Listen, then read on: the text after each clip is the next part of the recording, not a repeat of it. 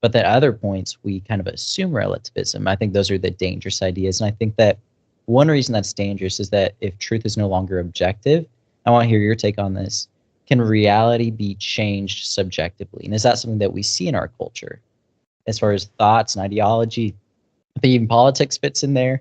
That can be a little more of a messy conversation, but I No. think that that's one reason that might be happening. But I'm curious about your expert opinion on that. Yeah, I mean, again, I'm not a sociologist, so I can't really speak to the sociological phenomena of relativism. But philosophically, your question about the way in which our minds connect to what is real, and then understanding truth as a relation between minds, or at least maybe abstract proposition, or God's minds. We can quibble about the relata in the relation of a correspondence view of truth. But when we talk about truth of like my beliefs being true or false, meaning that my beliefs match how things are, that seems to be an objective reality that's independent of how I feel. So, and one of the things that I have learned quite a bit, most of the ideas that I have in philosophy aren't my own. I usually say the true and interesting ones that I have come from someone else, usually from one of my mentors, a philosopher named Dallas Willard. The true and interesting ideas I have are from him. The true and uninteresting ideas I have, and the interesting and false ideas I have, those are mine. but the true and interesting ones I usually derive from people wiser than I am, which isn't saying much to be wiser than I am, I guess I should say. But yeah, so the idea that our minds can shape or construct reality. In general, it seems fairly obvious, because one of the things the way I approach epistemology is by starting with simple cases and then moving to more difficult ones. So, just take a simple case of the question of, is there gas in the tank of my car? And I form the belief there's gas in the tank of my car. So I form that belief, and maybe it's a specific amount, maybe half tank or something, or enough gas to get me home from wherever I'm driving. So I form that belief, and that belief will either match the gas in the tank or fail to match it. And my attitude towards that belief and my attitude towards that reality, in terms of the intensity of my belief or my feelings about it, are irrelevant to that matching up of the belief with reality. So if I have a long drive that's, say, 300 miles, but I've only got enough gas in the tank to go 50 miles, it doesn't matter how intensely I believe it, how much I want it to be true. Eventually, I'm going to sputter out of gas on the side of the road. So, like, I can't make there be gas in the tank of my car just by believing it. Now, if you can find someone that can do that, I've got some business colleagues who would love to talk to you, because we'll put Elon Musk out of business. If I can run my car on belief, that's much cheaper than electricity. So let's go for it. But in general, you can't make something true merely or simply by believing it. And I think just obvious cases bear that out. Now, of course, I can act in such a way, by my action, believe that I need gas, go to the gas station, fill it up, and then my belief will match reality. But that's not just because I believe it. It's because I take my belief as a springboard for action, and then make something in reality through my action to be the case. But that's a very different sort of thing than just believing. So Well, I don't know if makes that, sense. yeah. So then the question is, that just making so much sense to anyone who's hearing this and like think through like just life to life cases like you've explained. How did our culture get to a point where that is kind of argued, or some other views are taken, when it seems so commonsensical that our beliefs are to reflect reality rather than to shape reality? Yeah.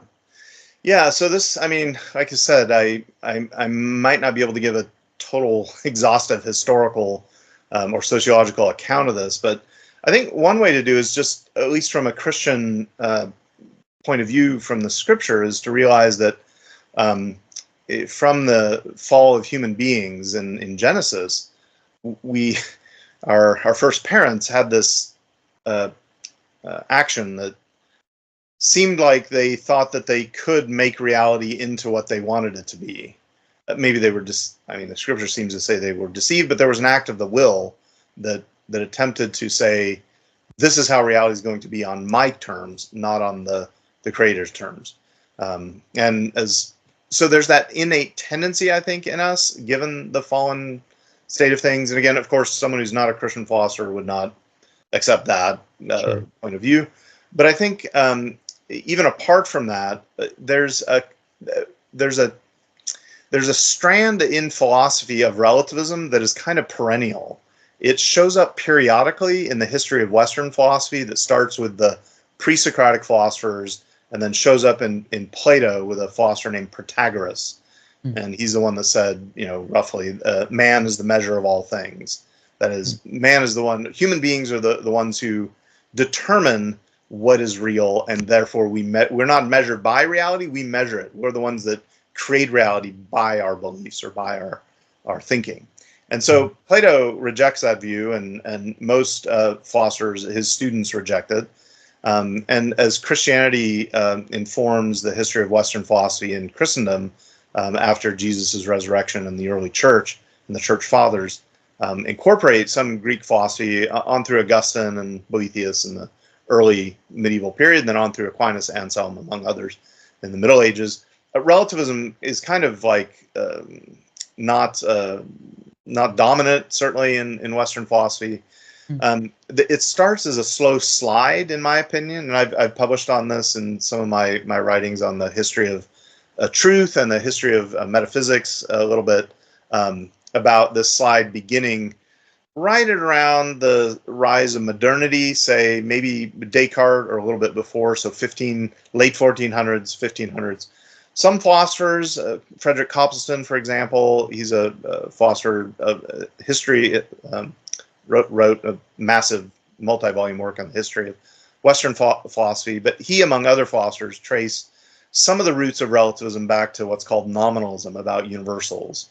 And I think there's a tendency to see that, but it doesn't happen all at once. It's a slow, in my view, a slide from a kind of nominalist rejection of reality in things to a constructivist view of the mind, which you get, in my view, my opinion, with Immanuel Kant in about 1800.